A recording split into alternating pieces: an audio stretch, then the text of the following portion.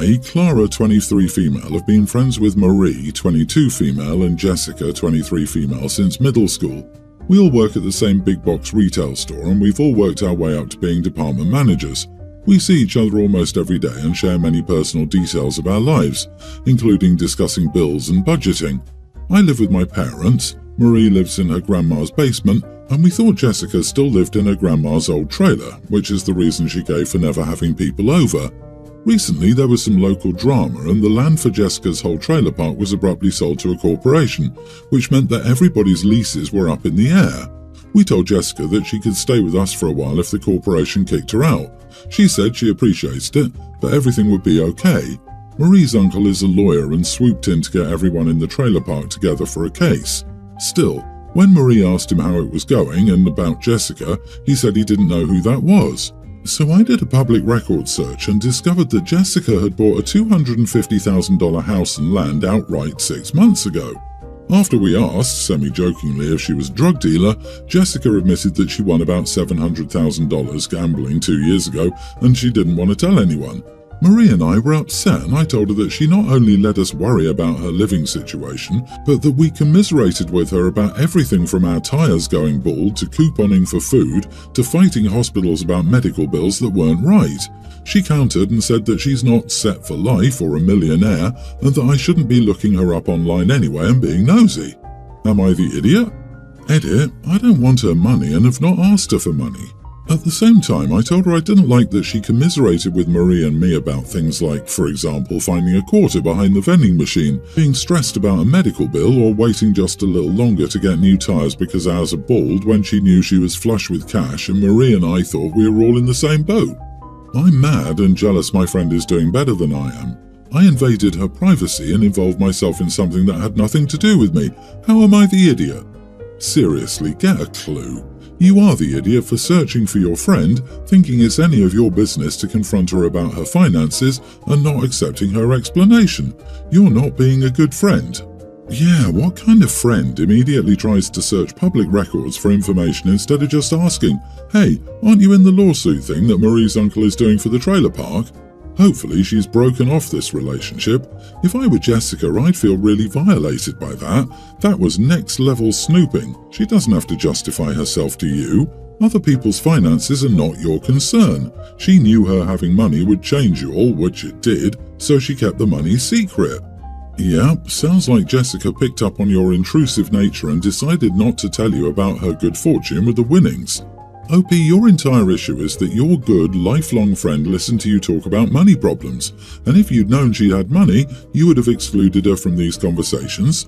Or would you have expected a friend to say, "I know what, I'll give you the new tyres"? That's what OP wants us to believe. She wants us to say, all the time she could have paid those bills for us, because the alternative to commiserating is offering money. So she's annoyed friend didn't offer money, because what was the alternative? In fact, this is exactly the reason that people generally shouldn't tell friends if they win the lottery or have a sudden windfall. People treat you like crap if they find out you have more money than they do and expect that your money will become their benefit. All she wanted to do was keep her friends. If anything, it was thoughtful and kind of her for still commiserating with you. She isn't obligated to give you money to solve your problems just because she has money. Let me explain. I, 22 female, recently shaved my head. I did it while on a trip to visit my partner, 26 male. He and his parents are a lot more accepting and free-spirited than mine. I've wanted my hair pixie cut length or shorter since I was 14, so I asked him to get the clippers before dinner and we buzzed it. He and his family said I looked cute, stylish, and much happier with my new cut, and I felt amazing. A few days later, my trip was over and I had to head back to my home state, which is in a conservative area of the US. I thought I was prepared to deal with negative comments, but apparently I needed to prepare more. 2 days ago, in a grocery store, a woman, 50s, approached me a few minutes after I walked in and asked me why I would cut my hair so short and if I was worried about looking like a boy. I told her that with how I'm built, I'm curvy and have rather a large chest, I'm not too worried about being confused for a man. If I am, I don't care. Then she started on this rant about how my parents should be ashamed to let their daughter walk around like this, and that it was sad to see someone who was probably so beautiful and so feminine look like a fat little boy. I felt so angry and embarrassed, and I wanted this, and it felt like she was making me feel bad, so I said the first thing I could think of. I told her she should be ashamed for talking about someone recovering from chemo like that. I then told her I was diagnosed and treated for ovarian cancer, and that I shaved my head after I started losing my hair, and it's only recently started to grow back now that I'm in recovery. She started backpedaling and trying to apologize, but I left her and my empty cart there and shrugged her off as she tried to follow me out of the store.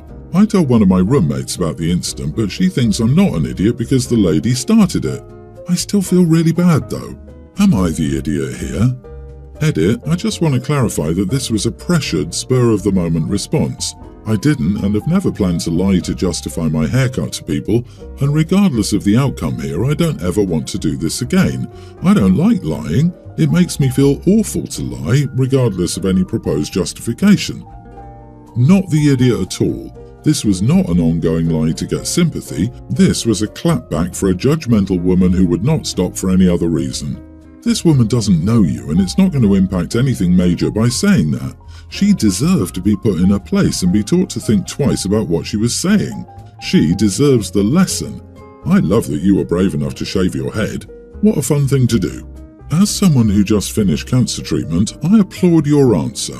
Maybe she'll learn a lesson and leave the next person alone, an actual cancer patient. It's an awful enough ordeal. We don't need people like her spouting their ignorance.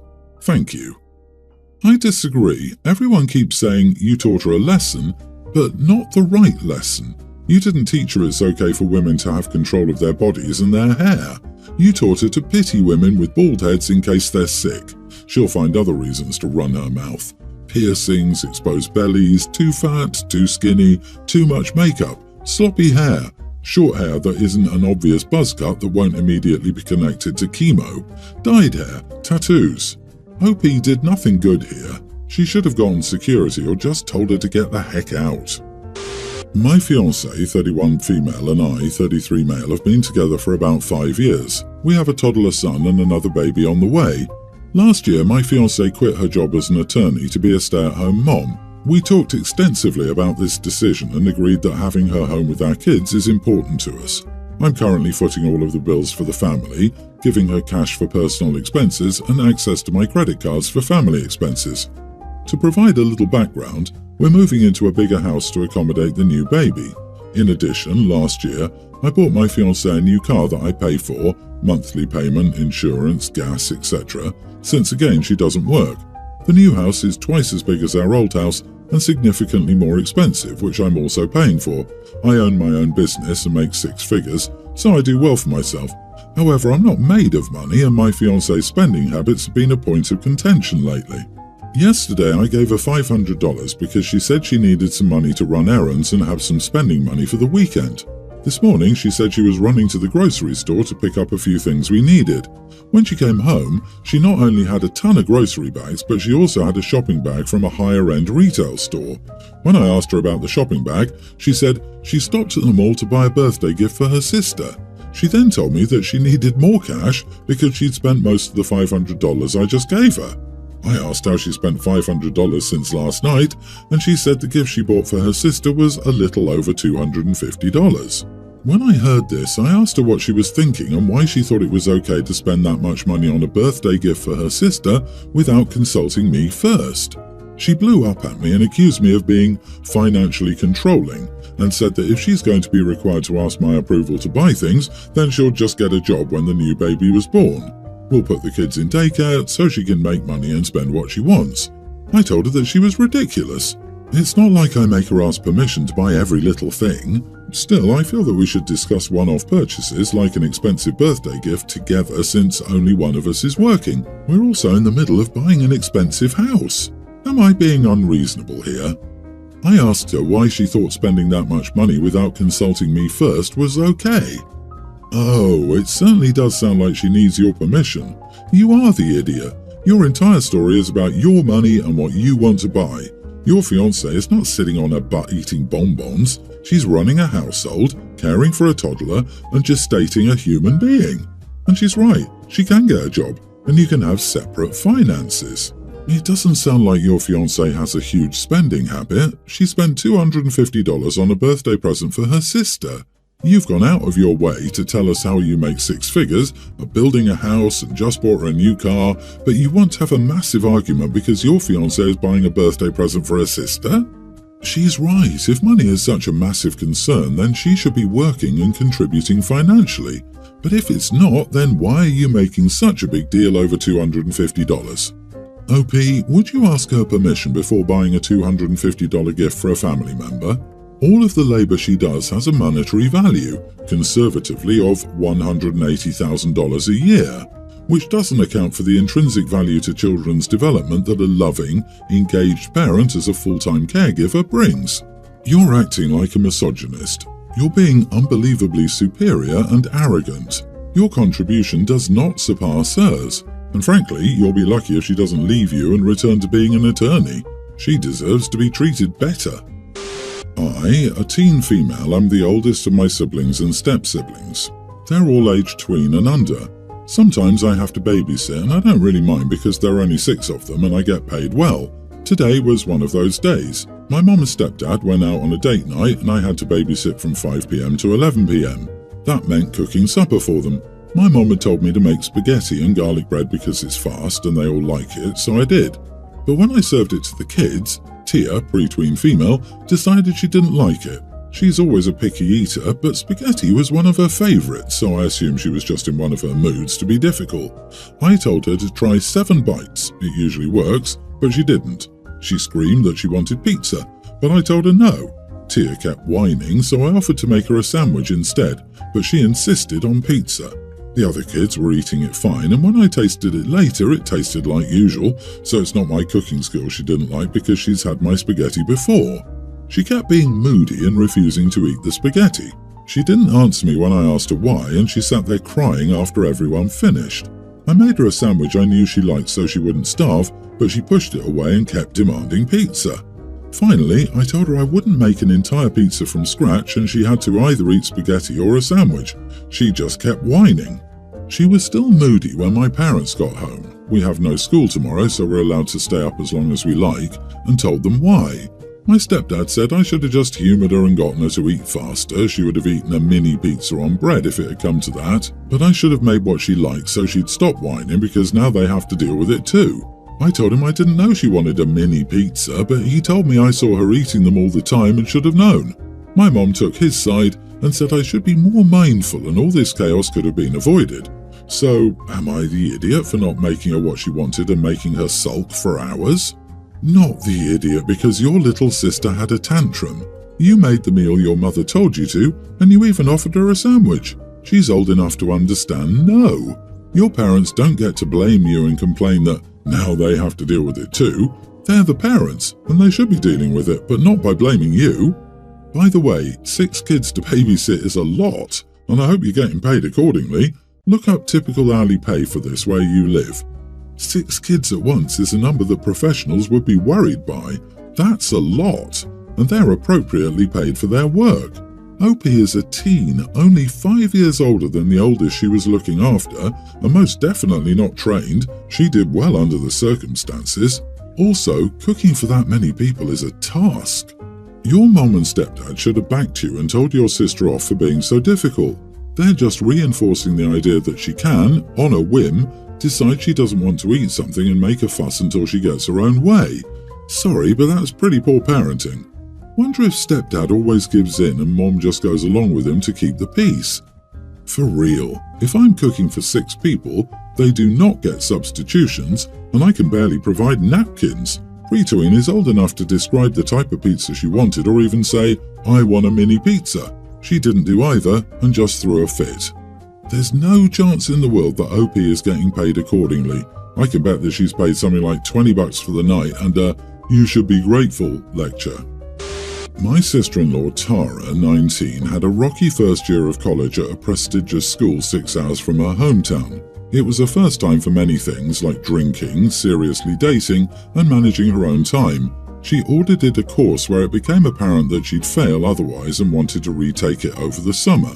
When my in-laws found out about her grades and that a $5,000 scholarship probably won't be renewed next year, they told her she needed to live at home during the summers and get a job, along with getting a job at college. They also suggested that she consider living at home, holding down a job, and getting a degree from the local college instead. Tara called me and asked what she should do, so I asked her what she wanted. After we talked and she explained why she felt like she struggled her first year, I told her I'd pay for her to go to summer school at her university and lease a one-bedroom apartment for a year to be away from the people partying in the dorms. Then we'd reassess at the end of her sophomore year. My in-laws are upset and confronted me at dinner the other night about stepping on their toes and undermining them as parents. They think Tara needs to be taught a lesson and learn some responsibility, which my bankrolling her won't give her. I countered that Tara's an adult and her career prospects would be objectively better if she graduated from a prestigious university rather than a local college. I also said that I genuinely don't think there's any lesson to be learned from forcing someone to struggle with both a job and school when they're already struggling with school and want to do better and refuse to apologize. Instead, my husband stayed out of it at dinner. He told his parents we hadn't had a chance to discuss it, but privately said he agreed with his parents and that I was overstepping in a major way. Edit, they're not paying for anything continuously, but they did do things like furnish and decorate her dorm room and buy her a bunch of food when she started. They're not paying for her tuition, housing, or the bulk of things. She took out student loans for what scholarships didn't cover. They paid to decorate her dorm and left her a pantry. Did I miss something? That's it. That's $1,000 one time. They set up her dorm and gave her food at the beginning of the year, and they're running their mouths about you stepping on their parenting of an adult. They don't get a say if they're not paying her bills anymore. I'm very sorry, I just don't understand this. I get they want the best and want her to be more responsible, but they had 18 years for that. OP, you are not the idiot. Tara is an adult. You are an adult. It's between the pair of you. Parents need to stop treating her like a child. Probably part of her problem was they overmanaged her, and so she had issues doing it herself. Are they paying for her schooling? I mean, I'd be upset if she lost a scholarship too. Do they have to make up for it? I was thinking the same. Probably overly sheltered and strict parenting is why sister-in-law was a bit untethered during her first year. OP giving her that second chance is super wholesome. This isn't 1950. If a young adult doesn't receive help from people, they will undoubtedly fail in life.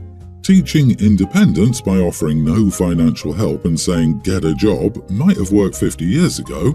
Still, now they might as well be giving her a tent and saying, see ya. Tara needs to handle her problems, which she did by speaking to you. They're just mad they can't yank her back.